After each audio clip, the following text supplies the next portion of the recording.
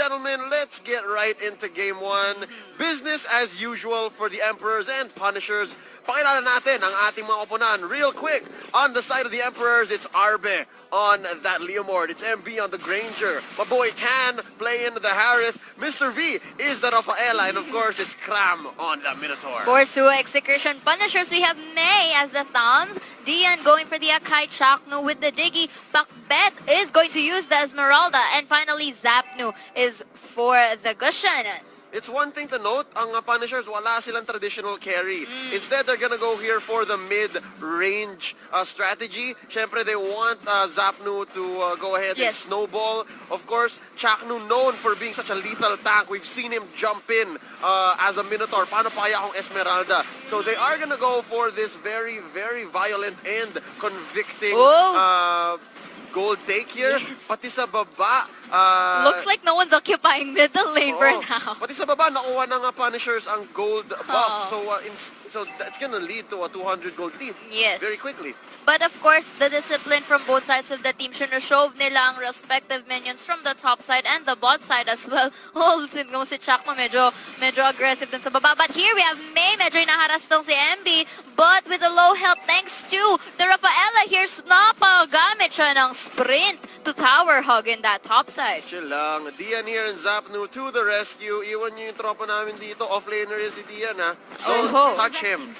But look at the bottom side though, nine-neglect ng Happy Feet Emperor. So it leaves to a good position for Suha-Xctn Punishers to push this first bottom turret. Pero May here on the Brick of Health with the Zaman Force in play. At the first blood will be going to Mr. V with his first kill. At na-execute though ang ating paring Harith. But in the long run, it's actually a good trade because Suha-Xctn Punishers just push the bottom side and a good rotation para sa ating turtle. It would be too much to ask for the Punishers to go from 6 to 12, bottom to top to defend that tower. Instead, kukuha sila ng Torres sa baba and Turtle. I think that's a good trade. They are ahead about 1,000 gold. And yun nga, this is turning into a Punishers game so far. I think they're ahead here. Chaknu just cutting the lane, cutting the wave.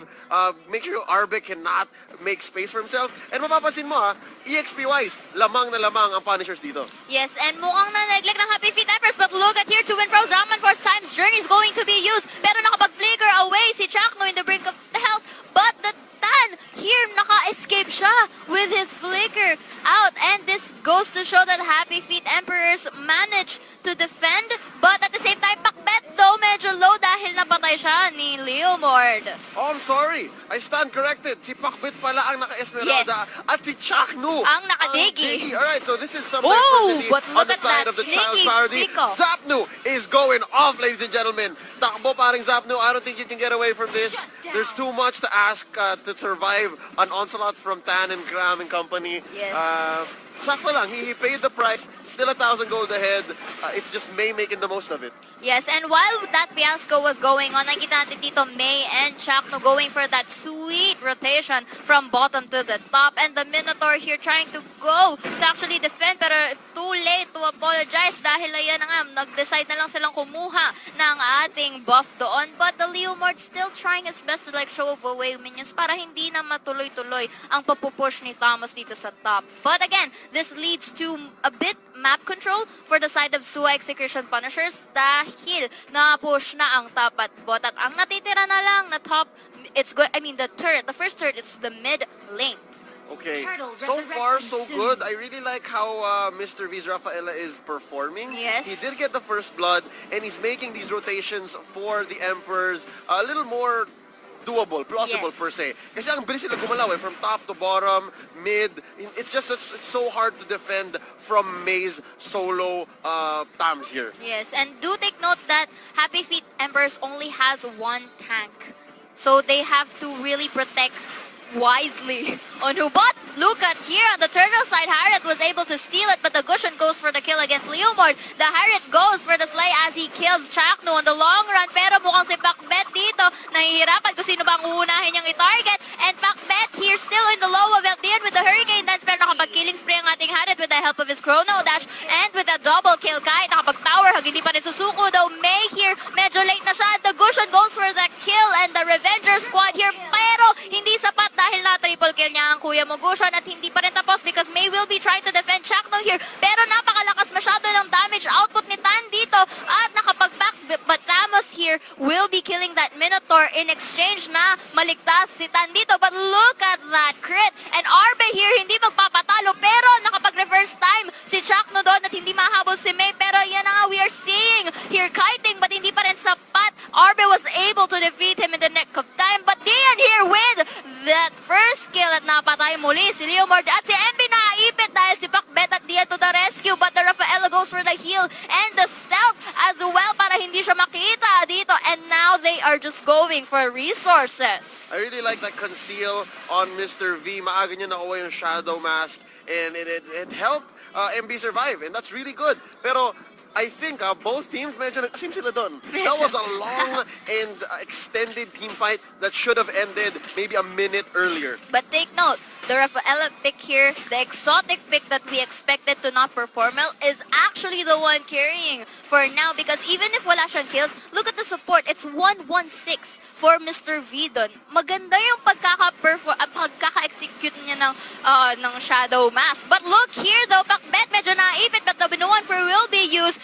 Chakno with a low health big but that Granger will be getting that crit and goes for the double kill. May and Dian enter a bit too late at 5 members ngayon na Happy Feet nagta-tower hug and goes for that triple. The Goshen though medyo kukuha ng tira-tara dito, ladies and gents, and Zapdo will be forced to back away dahil Arbe and the company ay papunta na sa kanyang help indeed. Parang cleaner si Zapno ngayon. Medyo tagalinis na lang muna eh. I think this is the way that they can do this. I think this is what the Punisher should do right now. Tama lang. They're making the right calls. I think because they are on the defensive. Even if they have pushed much earlier and much faster, lamang sila ng isang tore sa Emperors, the Punishers really are in no position to force the issue. Kasi nga kanina pa sila nag-audition, kanina pa sila isa-isa. And Zapno has been playing off lane or at least been farming up more often recently. And in the past 2 fights, humahabol lang siya, cleaners lang siya. So right now, after the Turtle Slay, I think they are back to parity. Equilibrium has been reached once again, and the Punishers can move into a more aggressive position. Yes, and I would just like to highlight kanina, no, even though the Leomord was tower hug, na reverse time siya ni Shakdu, which gave him the mark coming from Zapno kanina, at na-incandescent siya towards his death. So it was actually a good cooperation done by both Zapno and Shakno doon para kahit papano medyo na -1 nila ang members ng Happy Feet Emperors dito. At kita mo nga ngayon, ladies and gents, medyo in the side of pressure na kay Punishers, but look at the damage though. Zapno with the incandescence killed Granger, but of course in exchange Rafaela will be shutting down Zapno there dahil nag-tower hug. Pero the Minoan Fury is used, both are stunned and knocked up, but Dian with that Hurricane Dance at na-corner si Rafaela, and Esmeralda goes for the kill. Reverse time though, mag-use ni ating Diggy. Chakno has to go back with the low health. The Zaman Force and the Chrono Dash will be here trying to free hit Pakbet, but Pakbet though with the absorption of his shield namatay si Haret at hindi pa rin nagpatumpik, ladies and gents, because the Akai also manages to pick off Minotaur there at hindi na, wala nang choice si Leomord dito dahil low health, kahit low health siya, more members pa rin ng Punishers though, but Granger hindi natamaan si Diggy doon even though it was short on range by an inch. We've seen the Punishers do this before. Parati silang mahilig mag-counter-punch. Haymaker, magpapabugbog sila ng konti. They'll trade lives for objectives. But right now, this is what I said. They're back into an offensive position. Zapno here just picking off Mr. V like it's nobody's business. Ladies and gentlemen, let's look at the items real quick. Zapno sitting at a 9-3-0. Kahit na nag-aasim siya, kahit kanina pumasok siya sa base. Nakakabuo naman siya and a quick, flashy show-off. Mr. Zapno, Mr. Clean para sa ating game number 1 dahil nagpupunas lang siya ng mga members ng Happy Feet Emperors na alam niyang confident siyang papasukin yan. Pero ladies and gents, nakita natin kanina na in-attempt yung Lord, pero I think they prioritize to push turrets more, which is essential. But Pakbet there, medyo wina-one-on-one niya yung Lord doon at papunta na nga si May para mapuntas na sa kanila ang very first Lord. This is quite the free Lord. There's not much the Emperors can do. It's only Cram and Mr. V just poking out. They're playing footies behind this bush. And of course, this Lord is gonna be coming up.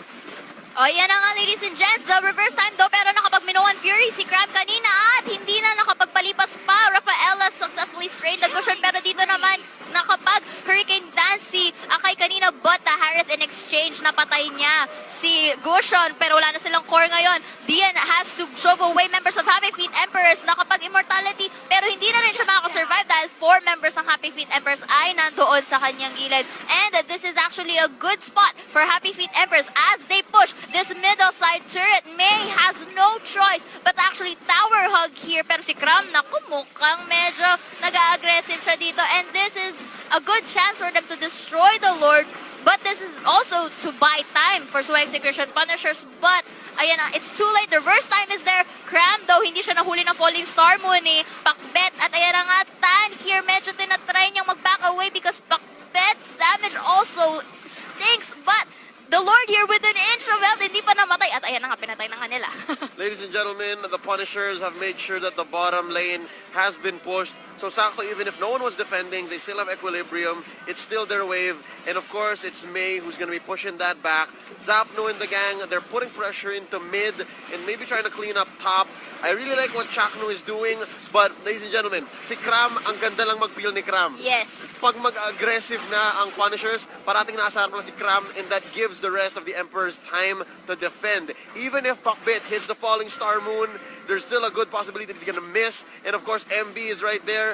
He is doing a lot of damage, and it's just right for Zapno to go ahead and dive in. Dian tries to go in with the Hurricane Dance, so para ma-corner si Kram at wala sila Minoan Fury. But ladies and gents, nakita natin dito, medyo na low on health ang members ng Punishers. But Gushon successfully killed one from Happy Feet Emperors. Naka-double kill, pero in exchange, napatay siya ni Rafaela due to tower diving. Pero ngayon nakikita natin si RB going back. Pakbet though, hindi na siya umabot because he dive in too much doon sa base ng Happy Feet Emperors. But this is on the good side for Suha-Xctn Punishers dahil kung makikita mo, push na ang outside turrets nila. Buhay pa si May. Diggy is just there standing by at mukhang pagka lumabas ang Happy Feet Emperors, magpa-provide lang ng vision tong Diggy eh.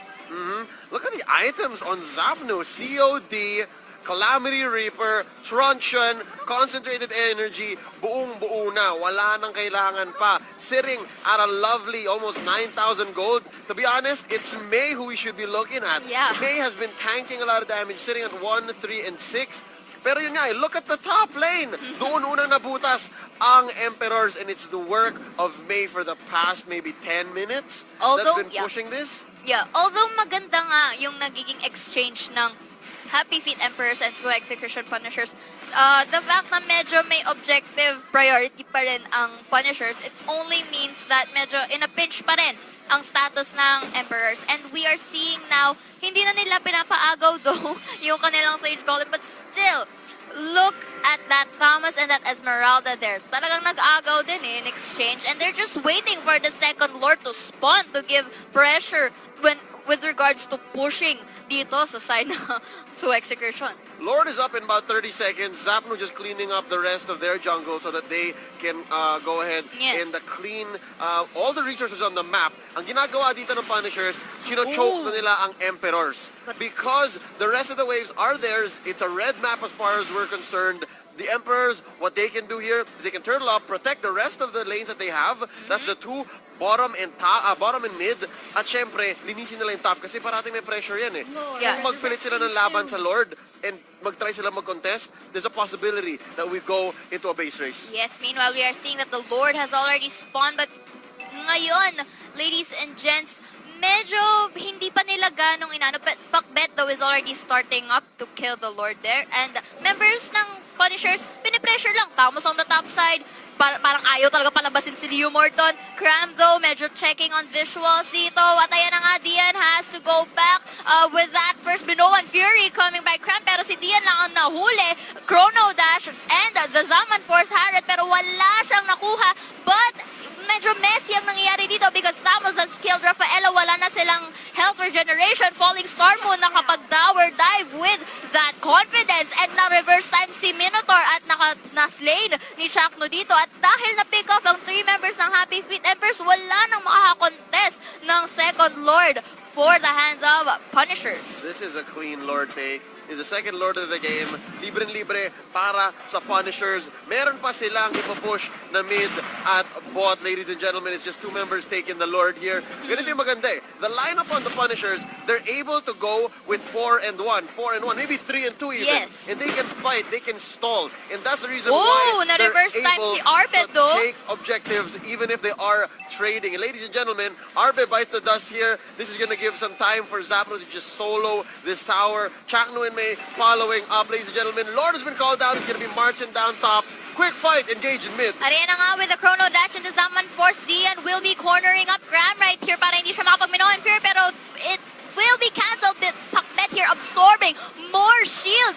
Slaying that Rafaela Gushin goes for the kill against that Minotaur. And ayan na nga, ladies and gents, mukhang pa tapusin na ng Suha-Xctn Punishers ang game number 1. Dinidistract lang nila to si MB, but Harriet goes for the kill. But game number 1 goes to Suha-Xctn Punishers. It was quite the extended struggle. This game ended at 6.